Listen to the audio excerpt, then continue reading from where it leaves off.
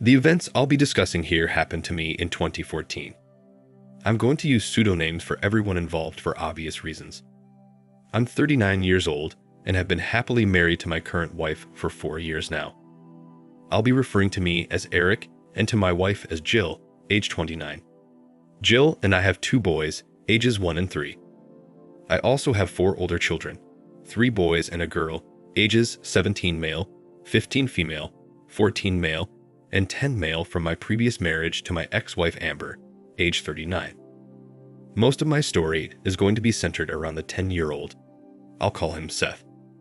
I want to start out by going back about 11 years ago. At the time, Amber and I had 3 kids with a 4th, Seth, on the way. We were happy, but life was hectic as not only did we have a young family, I also had recently taken on more responsibility at work. This enabled us to buy a house, that SUV and van, and enabled Amber to be a stay-at-home mom. It did unfortunately require long hours, including weekends, but I always made quality time for my family and did more than my share of caring for the kids and tending to chores. Throughout our marriage, Amber always appeared to be happy and told everyone she was. But at times, it seemed like she was overwhelmed. In those times, I always stepped in and did more, as did our parents and her sister. Whenever she needed a break, she could take one. What I'm saying is she had lots of help from all of us. I also want to make it known that having 4 kids was a mutual decision mostly driven by Amber. Amber gave birth to Seth, and everything was going well. Although things were even more crazy than before. Chaos was routine with us, and to add to the mix, Amber also got a puppy for our kids. This again was Amber's idea, as my 3 older kids wanted one and kept begging her for one. There was never a dull moment, as our home was always full of kids, a dog, and our extended families, and I loved it. As time went on, it was apparent that Seth didn't look like me, my wife, my other kids, or anyone in either of our families. He had blonde hair, vivid blue eyes, and a light complexion, while the rest of the family had black or dark brown hair, brown eyes, and darker skin, as both Amber and I are half Italian. I know this doesn't necessarily mean anything, but it stuck in my head for some reason. Our parents and friends occasionally even made jokes saying Amber must have had an affair with the postman or something like that. It was all in good fun, as they meant nothing by it, and we all just laughed. As time went on, Seth's features became more distinct. To make a long story short, one day before he was 2, I secretly took him and got DNA tested. The results came back indicating Seth wasn't my son. That was the worst day of my life, and I cried hard for obvious reasons, but wasn't totally shocked. I talked to the clinic and asked if these tests are ever wrong. The clinician said very rarely, but recommended we take another test to confirm the initial results. We did, and the results were the same. My life was quickly unraveling, and I had to decide what to do next. I know a lot of guys are going to give me grief for this, but my initial plan was to do nothing, to just ignore it. My thought was I would try to live life normally to see if I could get past this, and did so for 5 weeks. During this time, I never confronted my wife, acted normal, and even had regular intimacy with her. My mind finally got the best of me, and I eventually broke and had the urge to get out fast before I lost it. I made an appointment with a divorce attorney and gave her all the details, including the DNA test. She asked how my wife reacted, and I told her I had not confronted her, because I wasn't sure I wanted a divorce until now. The attorney recommended that I confront her with witnesses to get her side of the story, but I just wanted out and decided not to do it. I knew if I confronted her, I would likely cave and give her another chance instead of going through with a divorce. The attorney asked if I knew who the affair partner was, and I told her I didn't.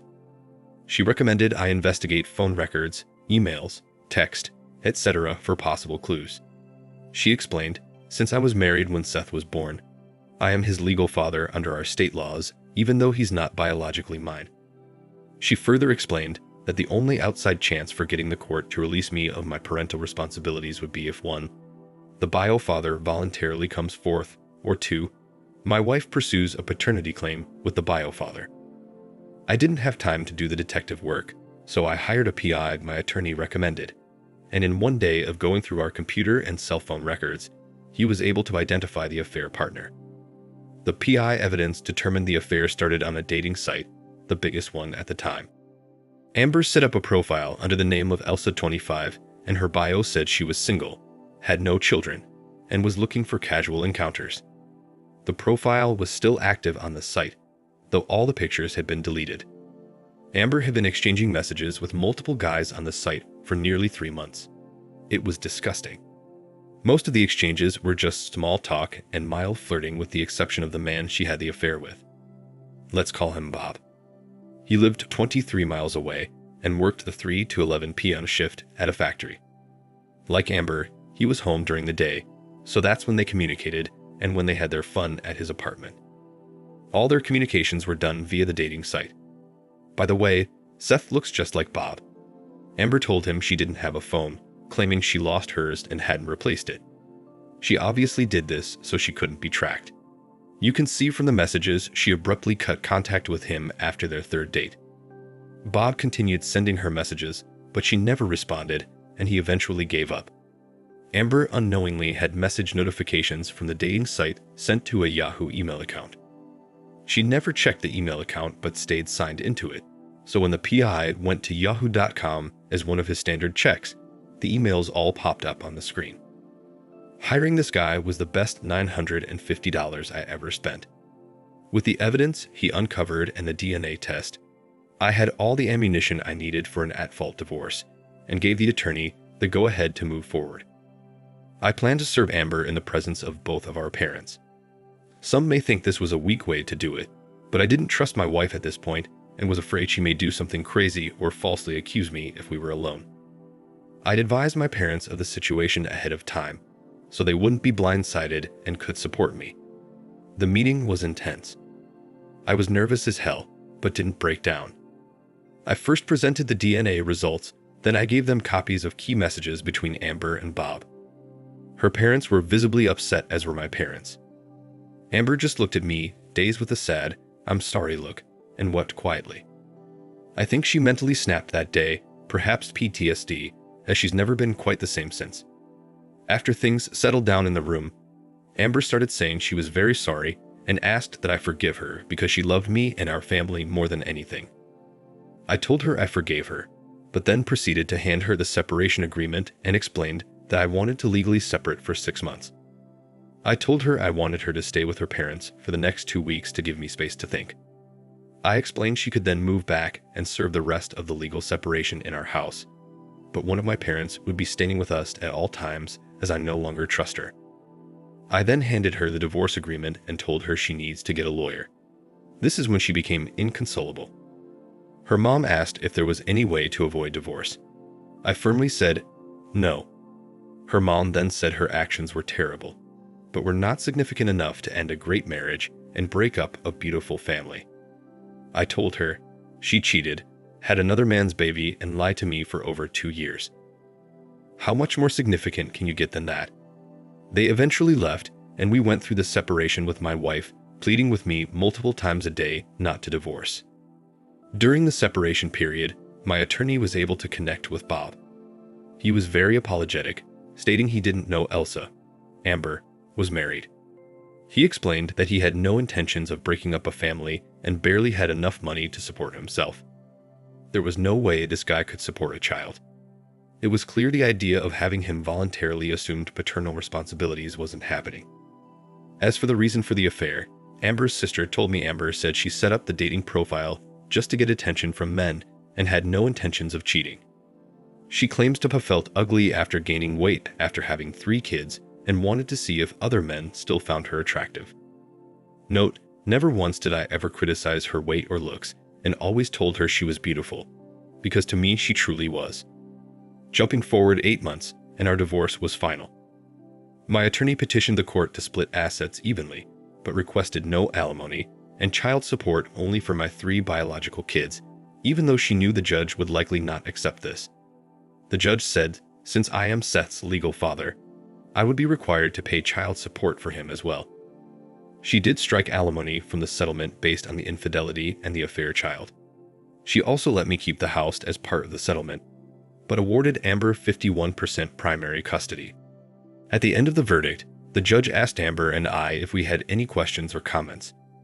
Amber said she just wanted to tell me again she was sorry, that she still loved me and hoped one day we'd be together again. I then spoke up and thanked the judge for her thoughtful verdict and for allowing me to speak. I then said the family court laws in our state are unjust and are totally biased against men. I asked how is it fair when a woman cheats, has a baby with another man, lies about it to her husband, and then not only does she get primary custody of his children, he is forced to pay support for a kid that's not even his.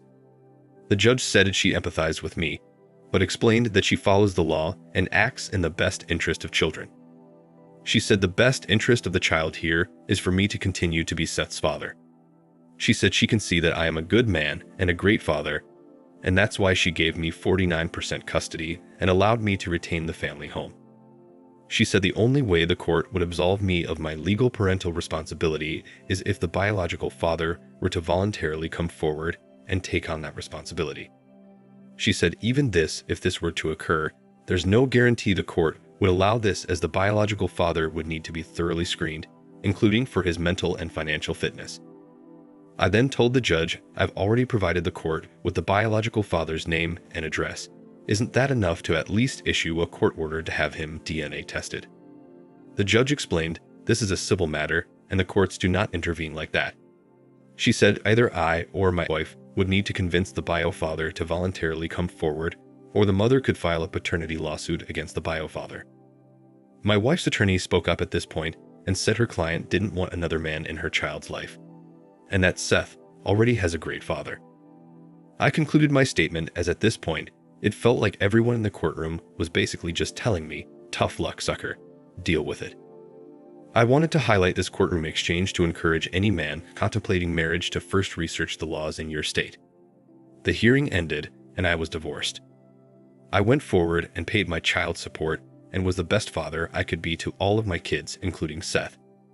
You'd think I'd treat him differently based on what occurred, but to me he was my son and I was the only father he'd ever known and I loved him. A few years later, I met and married Jill, and we had our 2 boys, so now I have 6 kids and couldn't be happier. I thank the Lord every day for blessing me with my children and for bringing Jill into my life when he did. As for Amber, I've long since forgiven her. She spends most of her time these days being a mother and caring for her aging parents. She's gained a lot of weight since the divorce and recently was diagnosed with type 2 diabetes and now takes daily medication for it. Up until I got serious with Jill, Amber tried everything to win me back. She even went as far as trying to get the kids to convince me, which I quickly shut down that manipulation tactic. Over the years, she's apologized hundreds of times and says the affair was the worst thing she's ever done. We're cool now and on good terms, and co-parenting with her has been smooth.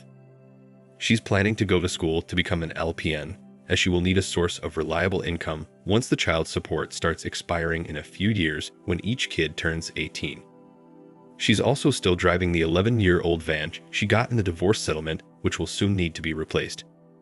Over the years, Amber has dated a few older men, but nothing serious. I guess it's tough dating when you're a woman with 4 kids.